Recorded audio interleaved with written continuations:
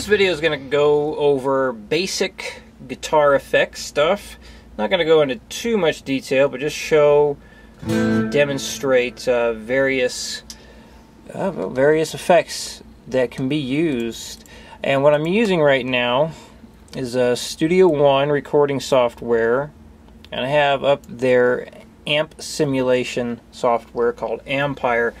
So one thing that's cool about this one is it has popular stomp boxes down here that you can use. You can put on all of them at once if you want.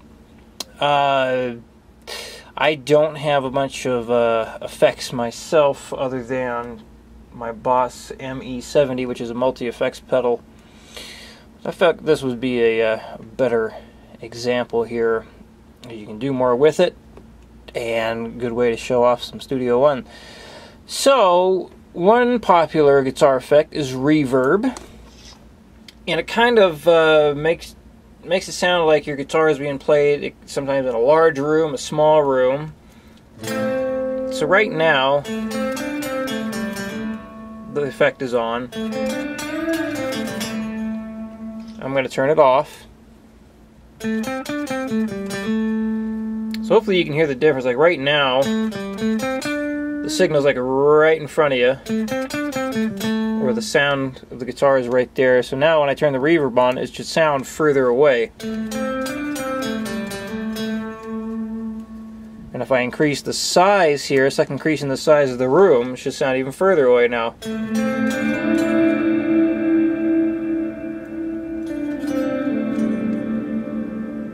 It's almost like it's echoing around.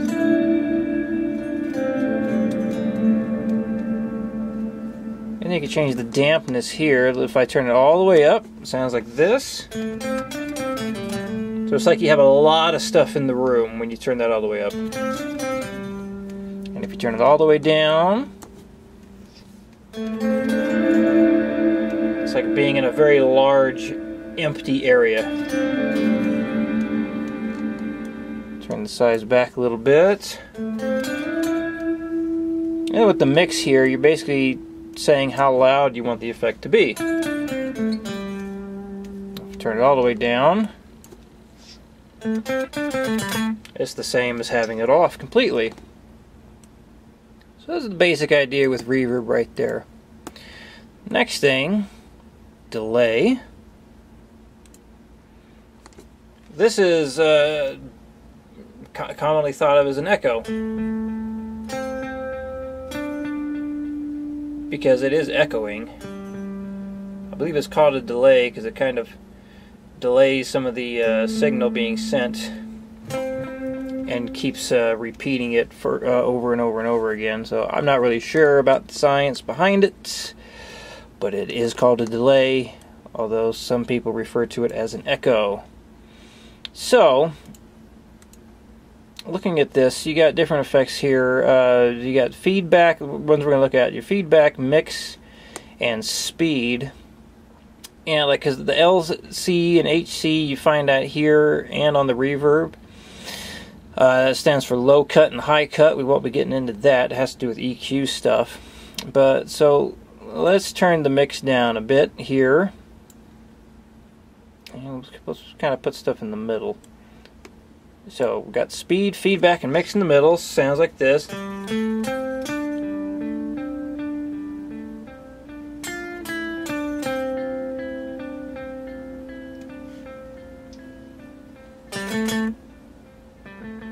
So hopefully you hear the first signal come through,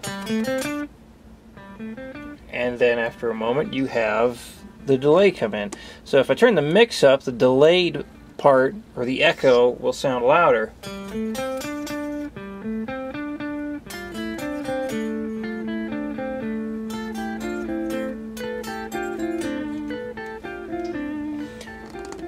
So if we slow the speed down, this is what we have now.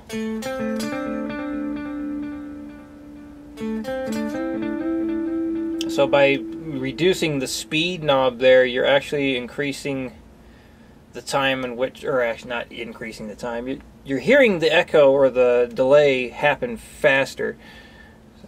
We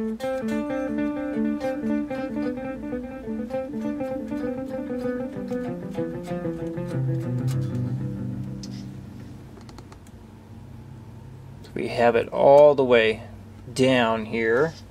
I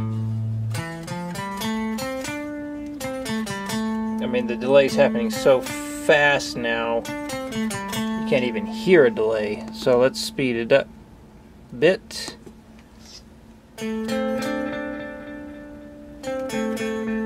So now we have some distance in here.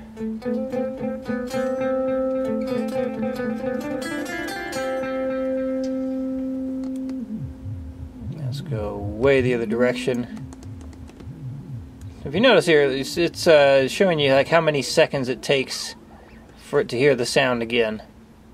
So that's the speed it's talking about. I don't know if you can see that. Let's just try and zoom in on that a bit.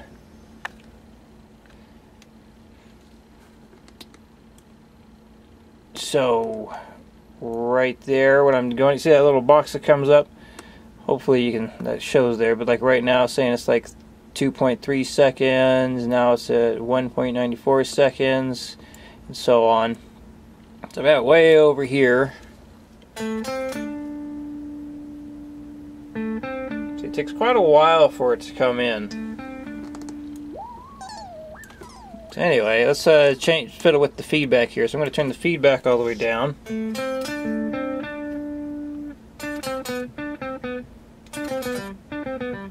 So you're hearing it right now just be repeated once. Actually, just to put that here. Now, if I increase the feedback, you'll start to hear it, the notes played be repeated more often. And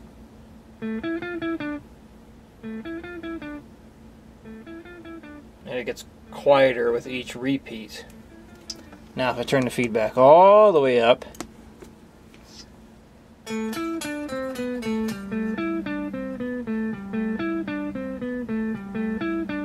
it's going to keep echoing over and over and over again, a lot more. And this is a great way to create a ridiculous amount of noise, so it's usually not a good idea to have the feedback cranked all the way all the time. So that's your delay feature right there. The next basic one we have is tremolo. So it's almost like an instant vibrato.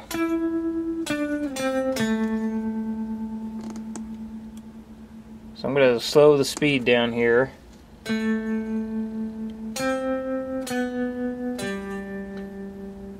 So the way I would describe it more is it's kind of like has some of the EQ or the frequencies being kind of coming in and out, which creates that wah wah wah wah wah sound. So let's decrease speed even further.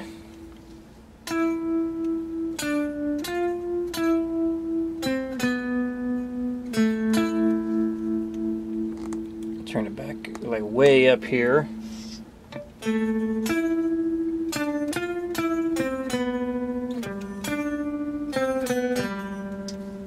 now let's slow the speed back down and fiddle with the depth. So turn the depth down.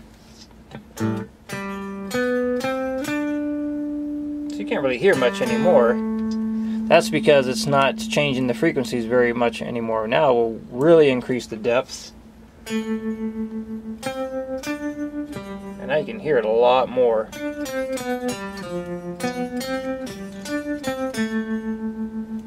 And that is your tremolo. And now we're going to look at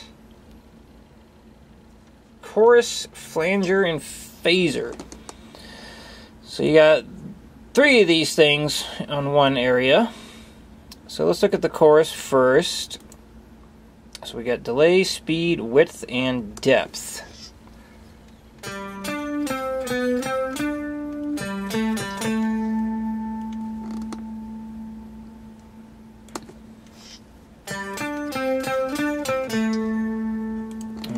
turn it off so hopefully you can hear a difference. I'm going to increase some of these things to make it stand out more.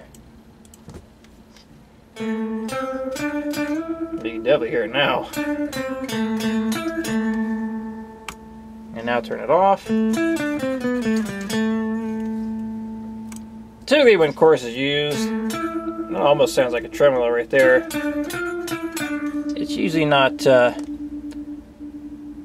having everything cranked up so much. So let's just set these things at about the middle here and show you how different things sound. So we got everything about in the middle now. Don't really hear much of anything anymore. So let's turn the delay all the way up and see what sounds like that. Still don't hear too much difference. Let's turn the width up. Starting to hear stuff a little bit more. How about the speed?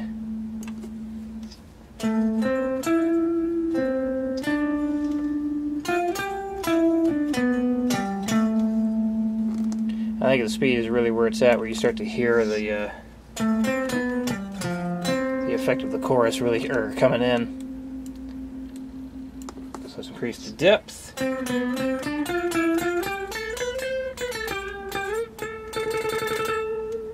Zach Wild likes to use chorus on his stuff.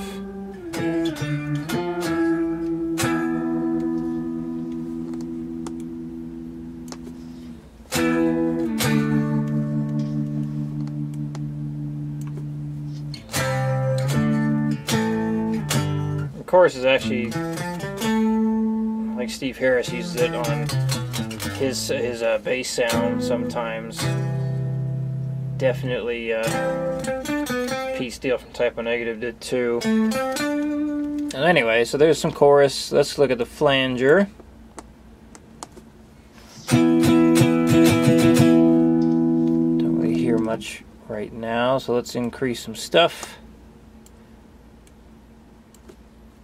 So there we go. Now we're starting to hear some of it more. Increase the feed.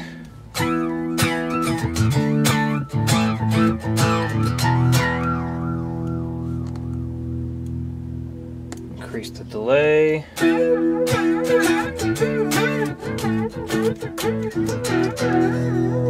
Slow the speed down some. That's a good thing to fiddle with here.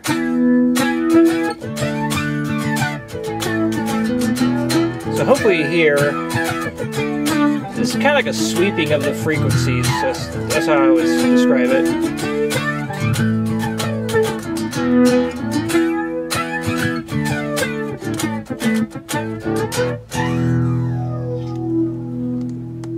And then you got the phaser, which is very similar to a flanger in my opinion.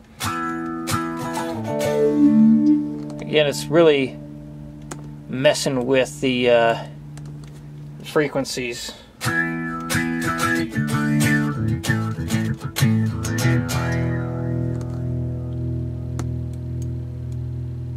Slow the speed down.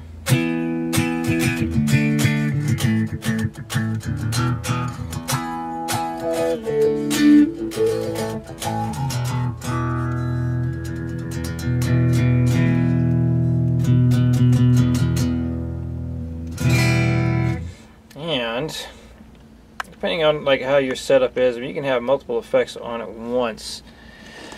So you can have the delay on, you can have the reverb on. Look, I turn the delay on, it's still feeding back what I played earlier.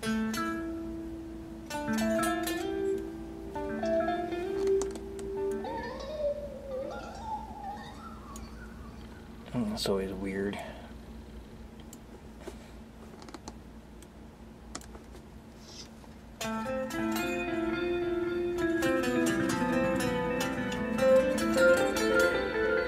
Having delay and reverb on at the same time is a very common thing.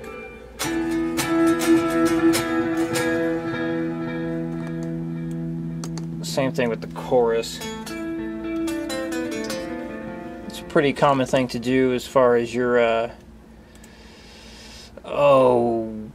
like lead type stuff.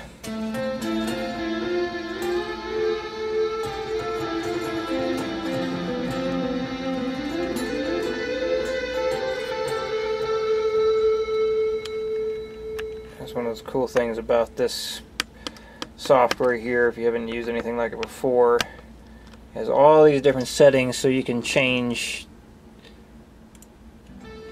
whatever amp head you want, different cabinets. You even change how your different amp settings here.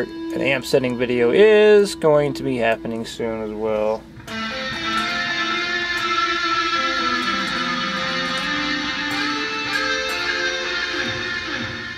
Anyway, that about covers the basics on guitar effects. So, oh my, I'm all tangled up here in the chords. Boy, this is a really professional looking video right now, isn't it? So anyway, well, that's it. If you have any questions about going more in depth on this stuff, you definitely let me know. But that's the basic idea when it comes to guitar effects. As far as like, well, what ones do you need? That's something you're going to have to experiment with and just see what you like. Actually, there's one more to show. Let's show the good old wah pedal. Alright, let's take a look at the wah pedal here. So my effects pedal has multiple things we can do with this wah pedal. So this is what the wah sounds like.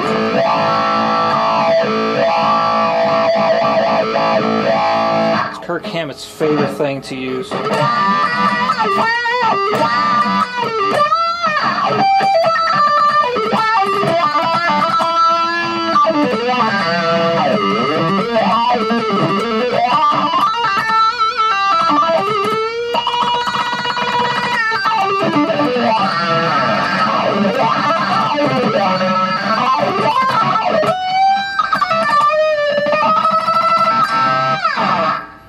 And that's your wah right there.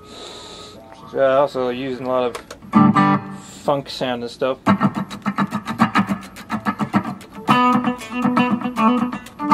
Actually, I got the volume changed. There we go. Thank you. That sounds more funk, doesn't it?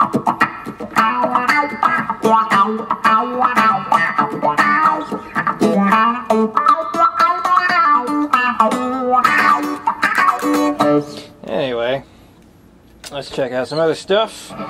So this is a voice sounding effect, because it sounds like you're talking. It sounds like Peter Frampton's Do You Feel Like I Do? Oh yeah, oh yeah, oh yeah, oh yeah, oh yeah,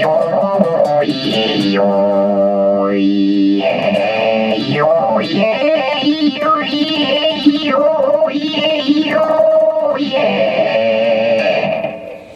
Next one, we have a plus octave. So in this, with the pedal down like this, that's what the guitar is tuned to. Push the pedal up. You just raised everything up a whole octave.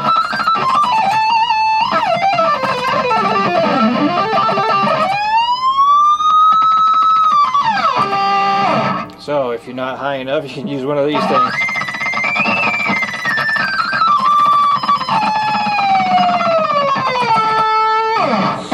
The next thing on here is a minus octave.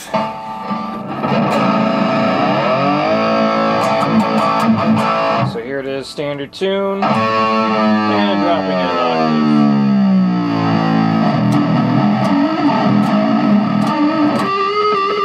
In case you just need it that low.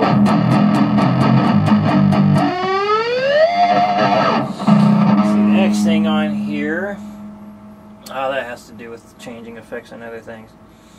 But there you go. Those are your basic guitar effects.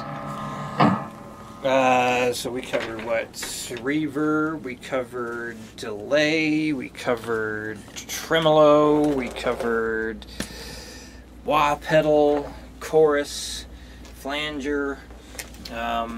I cannot get myself in this camera angle. Sound like Jerry. Anyway. Alright, so that's it. Those are your basic guitar effects. There are definitely other things out there, not much different. Like one thing on here is a harmonist that has a vibrato, which would sound like the tremolo. There are various pedals to cover all the effects that were talked about and demonstrated here. You could probably find videos that go into in-depth detail on all kinds of stuff with this stuff. Yes, using the Studio One that has all kinds of other presets, not preset, but plugins to do way more stuff with reverb, way more stuff with delay, and of course as well, Flanger definitely. So there's all kinds of stuff out there. As far as, you know, what guitar effects do you need to have, it doesn't really matter. It's really about, you know, what sound you like. I'd say the most common ones to use are reverb and delay. Those are the most common ones to have. It definitely makes a lot of the guitar stuff sound more pleasant. Sometimes guitars can sound too dry without reverb, and with the delay it kind of adds, I want to say, kind of like some volume to the instrument, especially when it comes to playing lead. It makes the thin notes a bit more full. I think it sounds a bit more interesting that way too. It leads or lends to some more expressiveness. Wah pedals also, I would say, the other more common ones. So you got reverb, delay, and the wah pedal. I don't use it too much in my own stuff. In fact, I'd say I don't use it ever in my own stuff. It's just an effect that hasn't really done much for me. But like I said, Kirk Hammett, he's notorious for using the wah pedal. Other bands use it too. So if you have any questions about this video, please let me know, or any questions at all. And thank you for watching.